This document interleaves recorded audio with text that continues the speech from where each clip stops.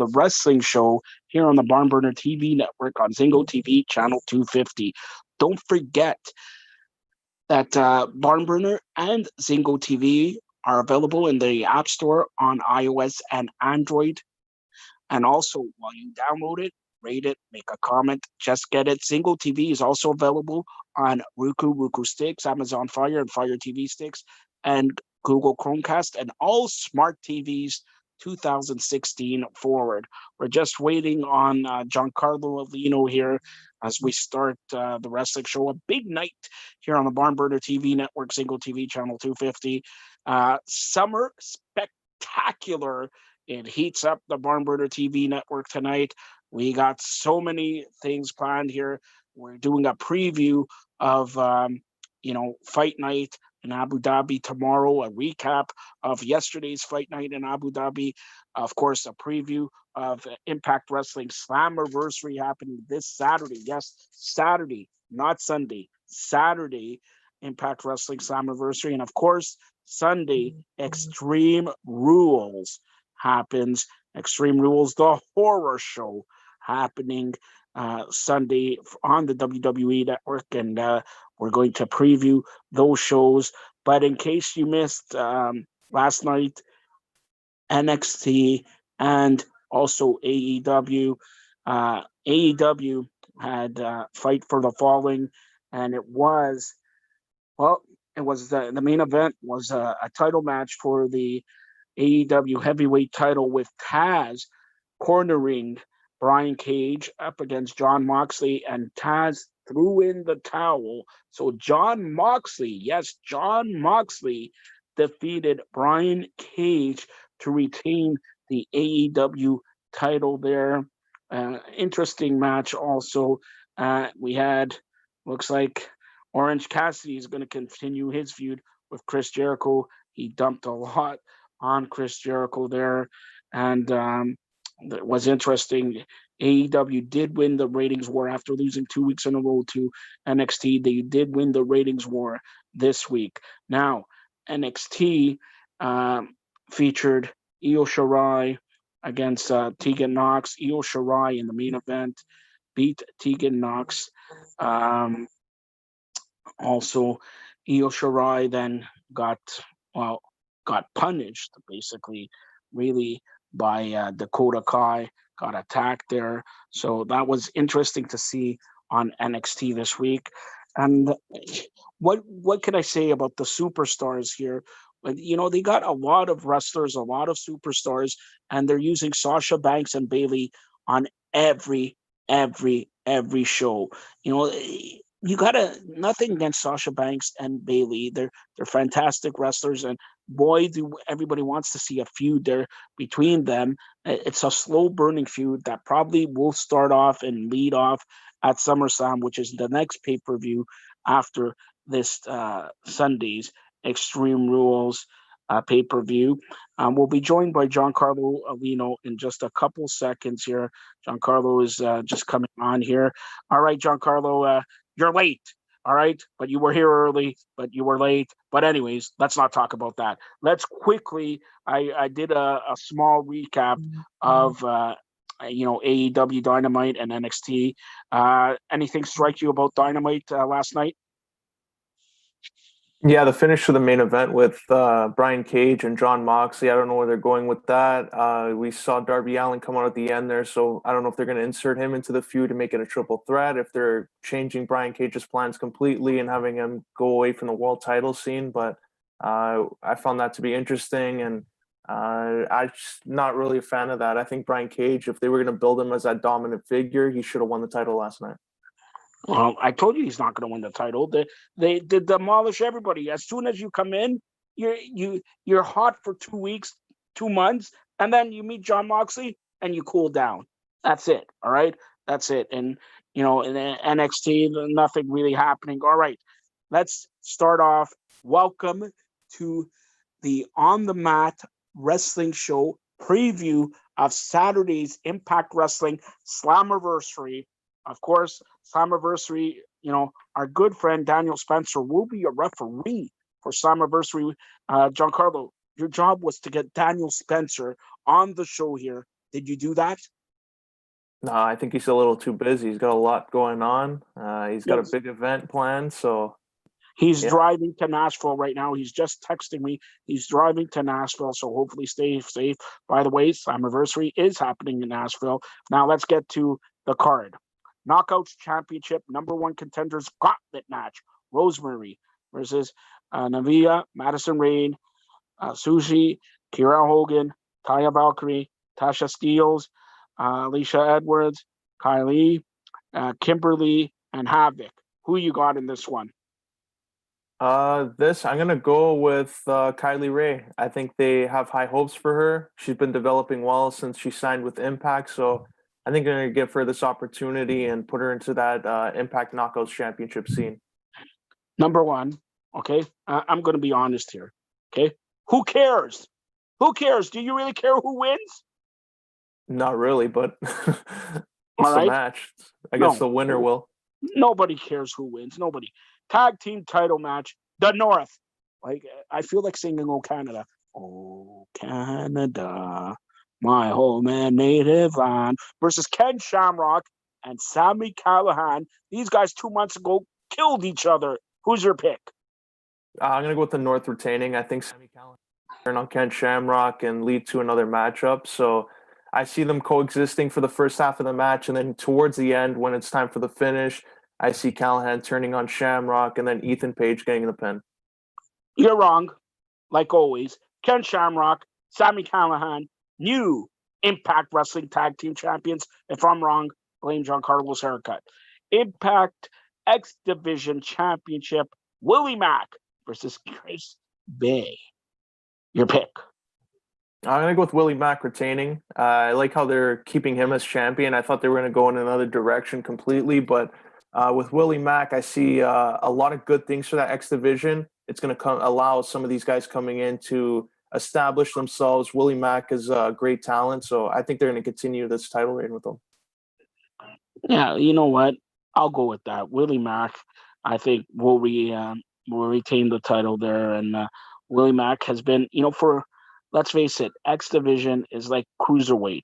He's no cruiserweight. Put it that way, okay? Now, Impact Knockouts Championship match. Jordan Grace versus, well, she was formerly from NXT. Are they giving her the belt right now? Parasso. It's an interesting one. I think they might do that.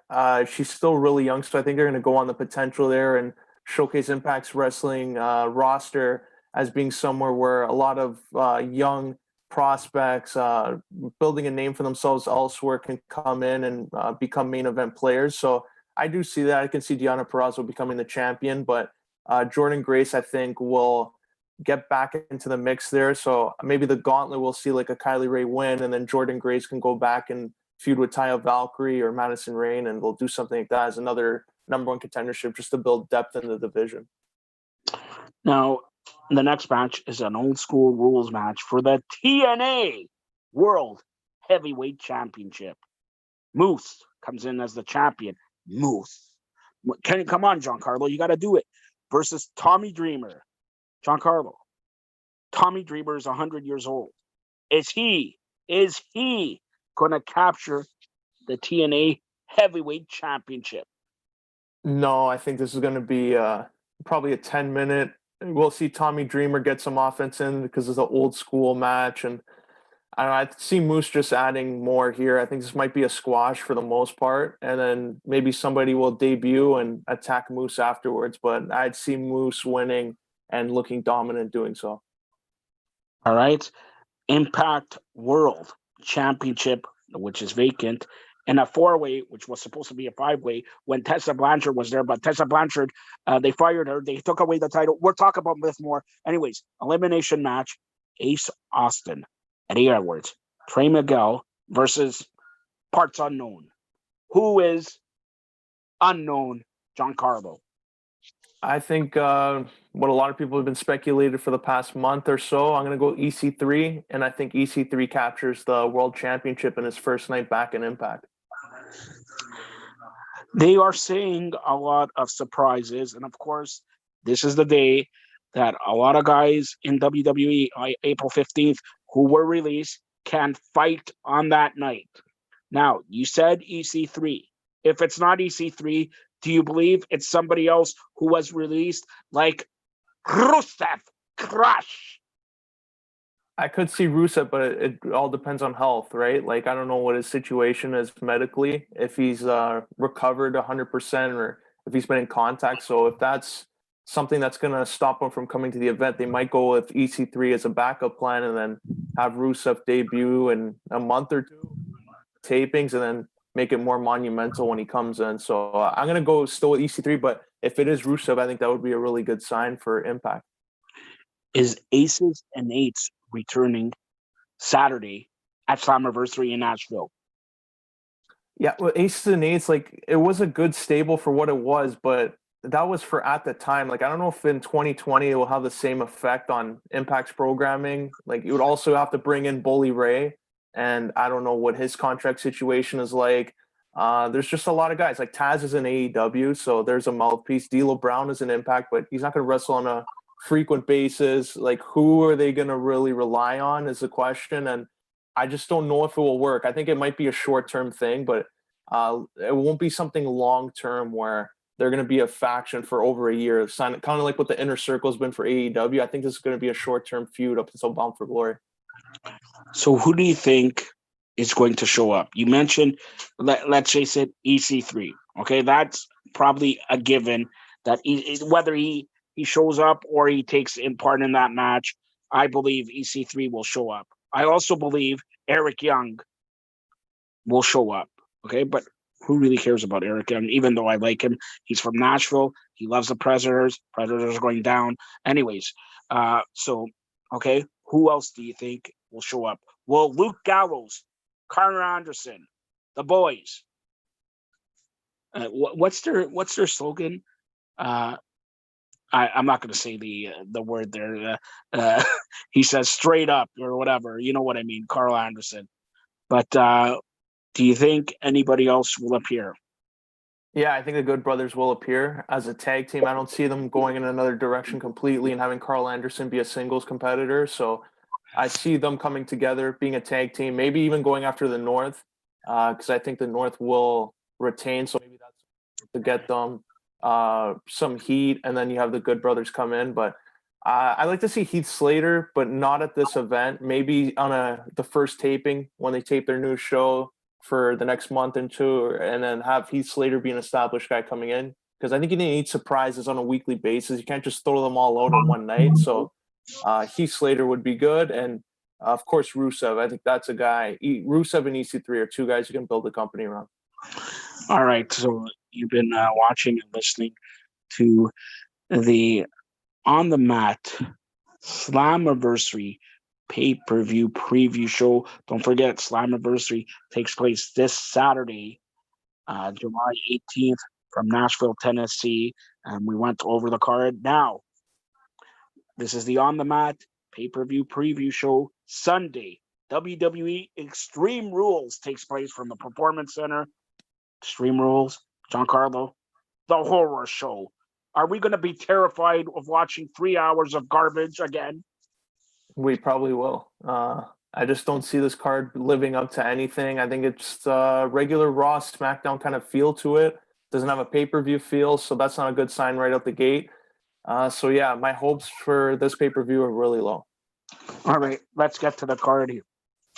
U.S. title, Apollo Crews, who is the champion, but the champion has the new championship belt, is MVP. So it's champion versus champion for a new U.S. title. Is Apollo Crews going to retain, or is he going to lose the fake championship and MVP going to win the new championship, Giancarlo? I think Apollo Crews is still going to win this. The way they've been building up MVP, he will be the one to have a unified championship, but I think Apollo Crews will come out, overcome all the odds with Lashley at ringside, win the title, and then there's your feud for SummerSlam, likely Apollo Crews versus Bobby Lashley. An eye for an eye match. Seth Rollins versus Rey Mysterio. Now, Giancarlo, what are the rules? What is an eye for an eye match? Are you going to lose an eye watching this match? Probably. This is an interesting one. Probably. I don't know if it's gonna. I hope it lives up to the hype, but it's just the ending. I think is going to be one of those things where Seth Rollins is going to look like he's going to win, but I think they have their sights set on past this match as just a filler feud. I think, and I think it's going to lead to Seth Rollins versus Dominic Mysterio at SummerSlam. So I think Rey Mysterio comes up short here, but when it looks like the stipulation is going to be carried out, that's when it. All right. So SmackDown Ladies Title match: Bayley versus Nikki Cross. Do we even have to have this match again? Do we even have to have this? Like, Giancarlo, is there any chance in hell Nikki Cross pulls off a surprise and becomes the champion? Come on. Yeah, they're going to make you think that she will throughout the match. I think she's going to look strong in this match. It won't be a squash, but I think Bayley's going to get a couple moves in there and catch her off guard, and she's going to defend just slightly by a short margin. And then after, they're going to keep on building that, help Bayley. Probably Sasha won't even be in her corner. She'll probably be focused on Asuka. And they'll say without Sasha in her corner, she barely got the job done. And that's just going to keep on building and building until they eventually, hopefully in the near future, but it looks like maybe a few months from now when they eventually split up. So I think this is just going to be another layer to that feud. Raw Ladies Championship match: Asuka over there, over here, over wherever, versus Sasha Banks. Now, I'm going to tell you what's going to happen here. I'm going to tell you, Giancarlo. I'm going to tell you. I think Sasha's going to lose, but because Bayley screws up. What do you say? I think Asuka's going to win here, but I think it's going to be because of outside interference from Kairi Sane and Bayley. I think it's just going to lead to Sasha being distracted with what's going on, similar to what we've been seeing on Raw and SmackDown like the last 2 months. And then Asuka's just going to take advantage and submit her. So I do see it because of Bayley, but I also see because Kairi Sane and her are fighting on the outside. And maybe it will lead to Kairi Sane going on to SmackDown for a match with Bayley, kind of like what Sasha's doing there. And I do see them exchanging that, one of their teammates going for the other title, and then they're just going to have another tag team championship match with the Kabuki Warriors and Sasha and Bayley probably at SummerSlam. So you're telling me Sasha and Bayley are not going to fight for whatever title? No, I don't think so yet. A one-on-one match? Prolong that. Yeah, I think they're prolonging that probably till Survivor Series. A Wyatt Swamp fight. This is going to be another cinematic match. Braun Strowman versus Bray Wyatt. Notice, this is not for the title. Does this mean Bray Wyatt wins with help from the Swamp? I think it means that the Fiend will appear. I think this is going to be the main event. So if I'm watching Extreme Rules, I'm going to be expecting it's going to end with like some sort of cliffhanger ending. Maybe Braun Strowman has Bray Wyatt incites her to win the match, and then I think the Fiend appears out of nowhere. And we see Bray Wyatt and the Fiend vanish, Braun Strowman laid out, and it's going to make people wonder what happened, and then we'll find that out on SmackDown. So I'd see the pay-per-view ending with some sort of cliffhanger ending. So, okay, maybe that's the main event, but maybe this is the main event. And what a main event this is going to be. Get your popcorn ready. You won't believe this. Dolph Ziggler, the guy who's been feuding with, I hate this guy, Otis. He stole my wife, all right? Who's been fighting with Otis for what? 1, 2, 3 months in a semi-mid-card position. Elevated now to a main event of a pay-per-view up against the champion, Drew McIntyre. Giancarlo, I'm not going to ask you who wins this match. I am not going to ask you who wins this match. I'm going to ask you, how long is the fight? I'm going to say Otis wins this match. I think he's going to come out. Dolph Ziggler is going to look like he's going to win the title, maybe with some help. He's going to attack Drew McIntyre, maybe use some weapons there. And I think Otis is going to come down, cash in, and cash it in on Dolph Ziggler so you protect Drew McIntyre. Again, Giancarlo has proven what this means. You heard what Giancarlo said. He says Otis is going to cash in and win the title. Did you not just say that? It's going to happen. And then next night, we're going to see him lose the title. It's going to be a short reign. Now, Giancarlo has I know you dream, like you dreamed since 1967. You weren't even alive when the Maple Leafs will win the Stanley Cup. This prompts me to say this. If you make any stupidity comments again, I'm going to bar you from the No Holds Barred, on the mat, wrestling show, whatever you want to call it, and just put you on the soccer show every Friday, 12:30, with Carmen Asako, Sabrina Belmonte, and John Freeman Nelson. How do you like that? There's no way in the blue hell that is going to happen. Why? Because SummerSlam is booked. It's Randy Orton versus Drew McIntyre. Yeah, but they didn't say who's going to be the champion. Could be Orton, who's a champion next night on Raw. Bates Otis in, because you know Otis wants to make everyone proud. Orton wins the title. Drew goes for it at SummerSlam. No. I vehemently disagree with this, because Randy Orton has proven there's only one title that he has not won. And he needs to become the 38-time, 24/7, 7-Eleven, Taco Bell, Cruiserweight, I don't know, champion, all right? But Ric Flair should win that, honestly, okay? Ric Flair should win that match. Now, before I close it out, and before we get to the MMA Ground the Pound show where we recap UFC Fight Night and preview UFC Fight Night in Fight Island, Abu Dhabi, some breaking news here to report. Giancarlo, get the music ready. We got some breaking news. I'm waiting, Giancarlo, for the music before I start. I'm waiting. I don't have any library here open, so I don't have anything to play. As mentioned, Fight for the Fallen defeated NXT in the ratings, but you want the big news here. Okay. Big news is this. First of all, the NWA, from what I hear, are not going to shut down. Vice president, they have named sort of vice president, and it's Nick Aldis. Okay? That's number one. WrestleMania 37, Giancarlo, March 28th, 2021, was supposed to take place from SoFi Stadium in Los Angeles, California, the new home stadium for the Los Angeles Rams and Los Angeles Chargers. By the way, Giancarlo, did you know the Los Angeles Chargers used to be called the San Diego Chargers, used to be John Freeman Nelson's favorite team? Did you know this? I think I did. That I actually knew. That you actually knew. But did you know this? It looks like WrestleMania 37 will be in WrestleMania 36 at Raymond James Stadium in Tampa Bay, Florida, March 28th, 2021. Now, you ask where WrestleMania 38 is going to be. Ask. Where's WrestleMania 38 going to be? Very good question. I'm glad I thought about it. Now, WrestleMania 38 is going to be in Los Angeles. So they're going to postpone Los Angeles, bring back to Tampa, then bring back to Los Angeles. Ask me where WrestleMania 39 is going to be. Will that be north of the border, WrestleMania 39?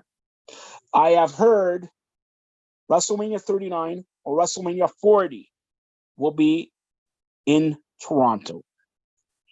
WrestleMania 39, well, I heard 39 maybe in Toronto or 40.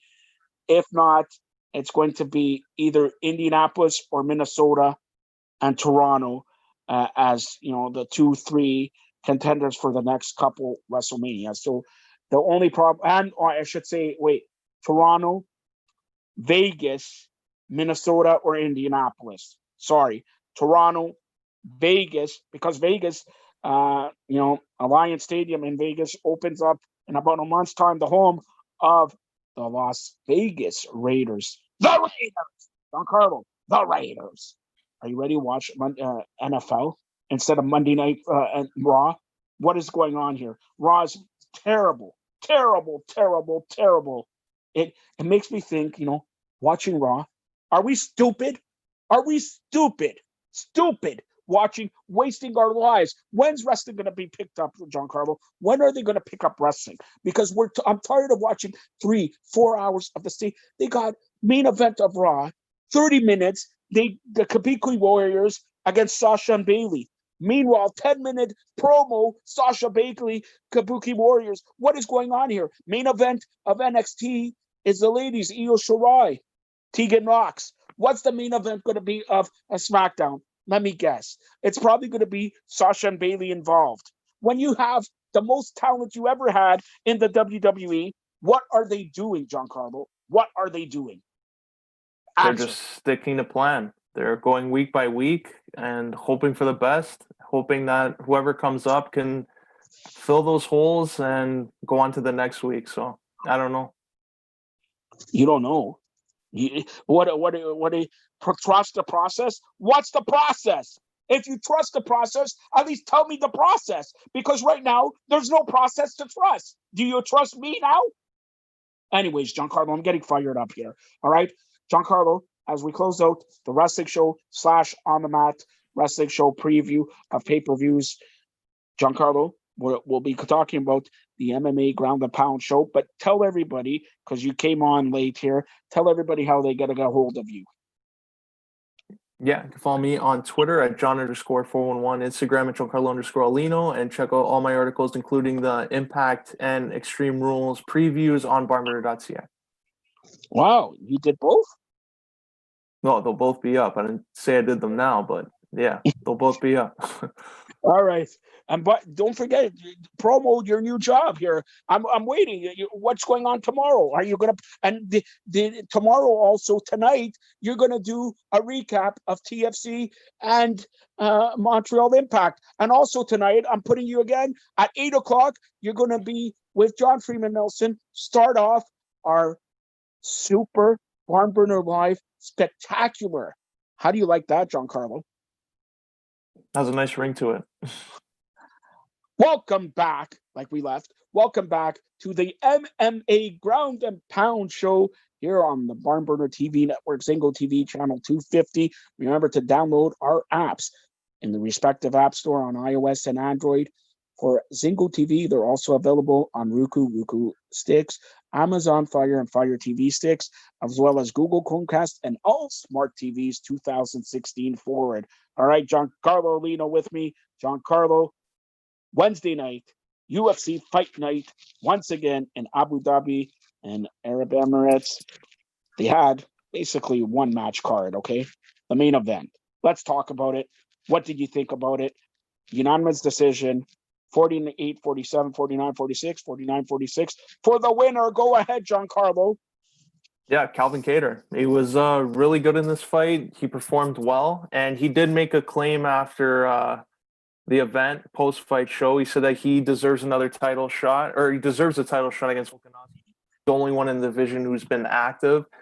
He does have a good point about that. Like Brian Ortega is ranked above him. He hasn't fought in a while. Yair Rodriguez hasn't really fought in a while. So Kattar's been consistent in his performances. He's been active. So wouldn't be out of the realm of possibility to see him compete for the title. Yeah, well, that's definitely and another match I want to touch about. Like, honestly, even he said it. Benoit, all right, he defeated Elliott. He even says that he won that bout. He lost with a unanimous decision, 29-28, 29-28, 29-28. What do you say? Do you think he won that bout? I think it was close. I think that was fight of the night. Their records don't do, I guess, the actual athletes justice in terms of their MMA ability, but Benoit 10-7 now, and Tim Elliott 17-11-1. So when you look at that on paper, it doesn't look like these two are two of the most skilled guys, but they really, I think their stock both went up after last night. Even though Benoit lost, he's 10-7, but that performance he put in, I think he deserves another look at someone in the top 10, maybe outside the top 10. And Elliott, for sure, now he went up the rankings, especially after that fight. So maybe they should just run it back, because flyweight desperately needs more people talking about it. They need more stars in that division now. Maybe that's what helps them do it, builds depth. And yeah, that was a really good fight, though. But do you agree that he should have won? Because I think he should have won. The judges screwed up again. Anyways, let's get to, before we preview the Saturday's card, let's get to some news. Alistair Overeem looks like he's going to face off against his opponent, Sakai, on Fight Night in September 5th to be exact. Are you excited to see Alistair Overeem fight once again? I am, but I think this is going to be his expense here on someone else rising above the ranks again, similar to what Francis Ngannou did when he fought him. Sakai's like 15-1-1. He's been competing everywhere. Was in Bellator. Now he's in the UFC. He was impressive in his last win by decision. So now he's going to be facing against a name like Overeem. I think this is just a way to get Sakai uh, more recognizable, but I don't see Overeem winning it. And probably will be a tough decision, but I think Sakai controls that and comes out the winner. All right, a couple more since you talked about Bellator. It's a long time since we have touched Bellator, but it looks like Leona Machida and Davis too are in the works to headline the September 11th Bellator card. Bellator just a couple days ago announced they are returning July 24th. Giancarlo, that's like a week away after a 5-month hiatus. If you were Coker, okay, what 2 matches would you do to get people talking about Bellator once again after like 5 months off? Oh, I think the one they really have to do is Douglas Lima versus Gegard Mousasi for that vacant middleweight title. That was a fight that was supposed to be made before this whole pandemic. That was scheduled for May, and Lima going after a second title, himself. He beat Rory McDonald, former UFC title challenger. If he can beat Mousasi, I think they both match up well. I think Lima is probably, arguably, I think he would be one of the best welterweights. If he was in the UFC, I don't see him losing to too many guys there. I think him versus Usman would be an interesting matchup. So I think Lima is one of the top fighters in the world at 170, and I think he's going to prove that when he moves up to 185 and likely takes another title. I think he would come out on top in that. All right, so that's Bellator, and it's actually good to see Bellator back after 5-6 months off, and they're back July 24th next week. We'll preview that card, but tomorrow, Saturday, sorry, Fight Island once again and Abu Dhabi, and we got a card. I would say not the best card. Like Giancarlo, what do you say? Not the best card, okay?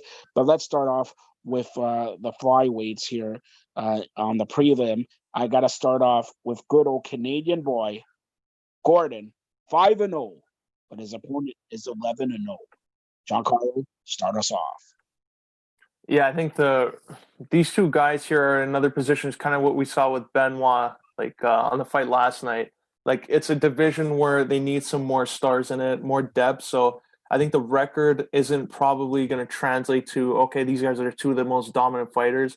The record helps, but I think this is going to be something where that goes to a decision, and they need more of this. I think the more close fights you have in this division, this weight class, it's only going to be good for them. So hopefully they have a good showing. But yeah, flyweight just needs a lot more star power right now. So hopefully this fight does it. Yeah, well, but you don't think the Canadian's going to be 6-0? You think he's going to take his first loss, right? I can see him winning. I think it's going to be a split decision, though. I don't see it being like a dominant finish. I think both guys are similar in skill levels here. So I think this will go to split decision. But yeah, I'll go with the Canadian on that. All right, Canada. Let's talk about another prelim bout. Which one do you want to talk about? Yeah, Joseph Duffy is coming back there. He's going to take on Yoel Alvarez. This is a good fight for Duffy. He's coming in, hasn't fought in over a year. He's came into the UFC with a lot of hype. He beat Conor McGregor back in Cage Warriors when they were in over there in the UK. But he's another guy who's been up and down. Like he lost to Poirier, then he rebounded, then he got injured. Like all these injuries have been piling up. So it's good to see him back here. And I think he will get the win here, but it's just where they go after this. I hope they don't just shoot him up right to the top 10 in the division. Make it a gradual build for him and then get him more comfortable. And then once he's more consistent in how many times a year he's fighting, then you move him into the top 5 and top 10 guys. And I think he can still make a run in this division. He's still relatively young. He's only 32 years old, still in his prime. So I think there's still a lot of time for him to establish himself in the UFC. All right. So let's talk about the prelim main event. Go ahead, Giancarlo. Yeah, this is a light heavyweight fight. Kadis Ibragimov versus Roman Dolidze. It's one of those fights, like, I don't know where they're going to go into this. I think Grant Dawson and Nad Narimi should have been the main event of the prelim. But this could be one of those sleeper fights. One of those two can come up and make a name for themselves, and then maybe Both called of them someone have good out. records, right? Both of them 8-2 and 6 and Yeah, 0. So that's where they get the main event there. I agree with what you said. It should have been Dawson in the main event, but quickly that bout. What do you think? You think Dawson takes it? He's 15-1, so but his opponent's pretty good too, 12-3. yeah, I'm gonna go with Dawson in that. I think he's gonna continue this run. It is at a catch weight, so obviously the weight cutting won't be too much of an issue here. So I'm gonna go with Dawson in this fight. All right, so let's get to I guess because this is not pay-per-view, main card portion. Okay, another flyweight bout, and this one has the makings of a pretty good one to start us off. Giancarlo, go ahead. Yeah, Askarov, Alexander Pantoja. Like I do see like a lot of people talking about Askarov maybe as being an up and coming guy there in the division, how he can make some noise here at the expense of Pantoja, but I think experience here is going to be in Pantoja's favor. I think he edges him out here. I think it's going to be really close, but Pantoja is going to go up into the top five. Maybe even after this fight, if he has a great showing, you'll see him fight for a title. I think this is a good position for them starting off the card. It's headlined by a flyweight title fight. So the winner of this fight could make a claim there to why they should be the number one contender. I think they'll both be motivated, and it will probably lead to a good fight. Women's flyweight bout is next, and this two Brazilians going at it. What's your call on this one? Another tough one. I'm gonna go with Ariane Lipski in this one against Slightly. I think there's gonna be a lot of decisions on this card. I think she takes this one. Just her skill set's a lot. It's gonna be one of those things. Like this is a division that's run by Valentina Shevchenko, so you have to be careful of who you put against her. Like that has to be the right matchup for fans to be interested in even watching it. So she is coming off a decision win from last November, so I think the time off will help her. So I got her winning this fight. Okay, lightweight. Who you got this one in the lightweight? Then we talk about the semi-main event and the main event. Yeah, again, another fight that a lot of people really, I guess, aren't talking about in that because lightweight, it's a division that's run probably one of the best in the UFC. So anywhere outside the top 10, you're in for a tough showing. So Mark Diakiese, Rafael Fiziev, it's going to be one of those fights where styles are going to make it. The winner, I think Fiziev is going to win, even though his record doesn't show it. I think he's going to be doing more than enough here, and I can see him walking out. Like I don't think it's impossible for him to not win this fight against a tougher challenger, but this is a big step in competition. I think he can do it on Saturday. All right, like I said, the co-main event, Hermanson 20-5 versus Gaslam. This is going to be, the Gaslam is 16-5. This is going to be a very hard hitting. These guys, when they hit, they hit. But I'm just scared. I want to see toe to toe and hitting and all that, but when you expect like what I said, hitting, this is going to be ground and pound. Like they're going to take it probably 5 minutes to the ground and all that. What do you say? Yeah, this is a really good one, especially for Gaslam. Like coming in against Hermanson, like Hermanson has everything to gain here. Gaslam has everything to lose.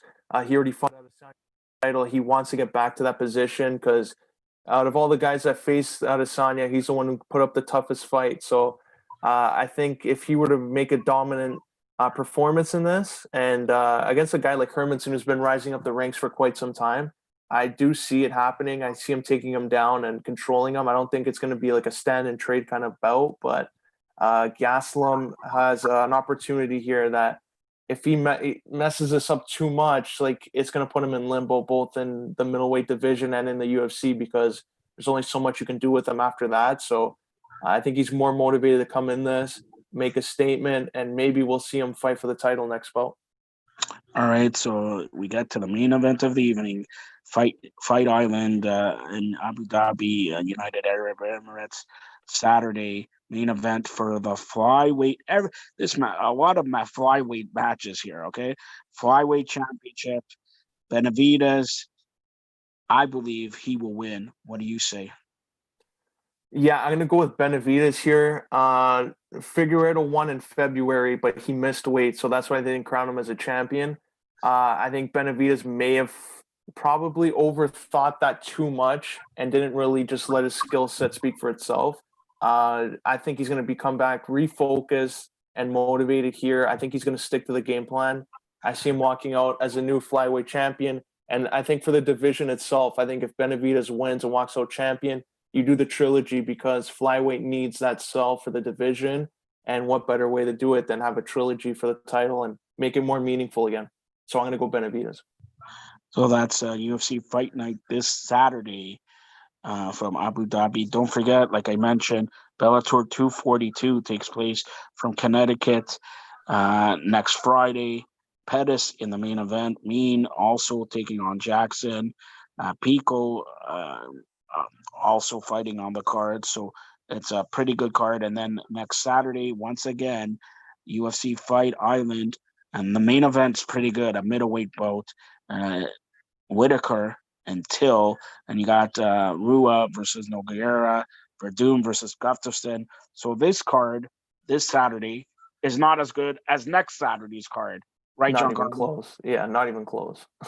Not even close. All right. So, Giancarlo, tell everybody once again how to get a hold of you, and you'll be back to start off the summer spectacular of BarnBurner Live with John Freeman Nelson and my co-host Brian Foley here. So check it out. But Giancarlo, go ahead. Yeah, you can follow me on Twitter, John_411, Instagram, Giancarlo_Alino. Check out the wrestling previews for these pay-per-views on Saturday and Sunday this weekend on BarnBurner.ca. And yeah, check me out here 8 o'clock.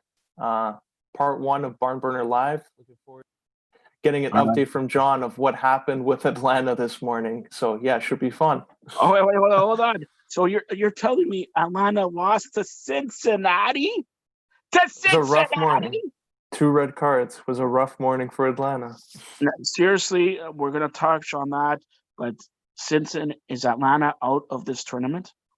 Yeah, I think that did it. Don't I think answer they're that out. yet. Don't answer. We'll ask that to John Freeman Nelson, who will be back here in about 12 minutes' time for our summer spectacular of BarnBurner Live.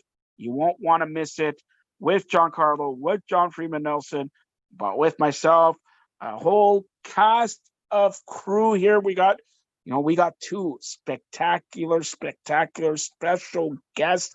You won't believe, Giancarlo. Stay tuned in about 10 minutes for BarnBurner Live. Thank you, Giancarlo.